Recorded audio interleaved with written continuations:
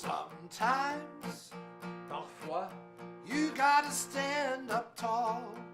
il faut se tenir debout.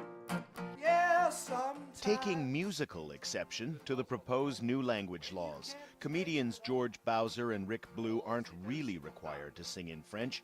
That's poetic license. But Quebec fiercely protects its majority language with laws governing signs, education, and restaurants.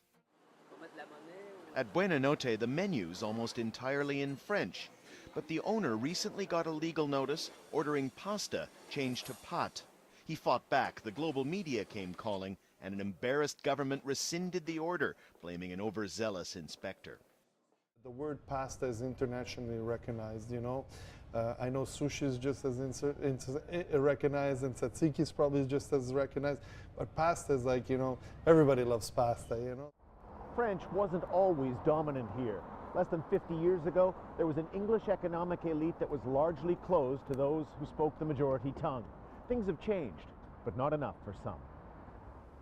This is the headquarters of a society that fought for the French language and for Quebec autonomy since 1834. For its supporters, today's struggles are no less acute than those in the past. French language is threatened more than ever in Quebec. It is in very fast decline in Montreal. If we lose Montreal, we lose all Quebec. These days, it's not Quebec's traditional English speakers that cultural nationalists fear. It's a growing immigrant population that learns French, but seems to be choosing to live and work in English.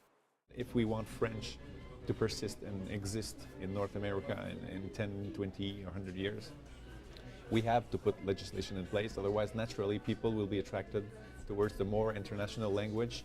The new modern Latin is English.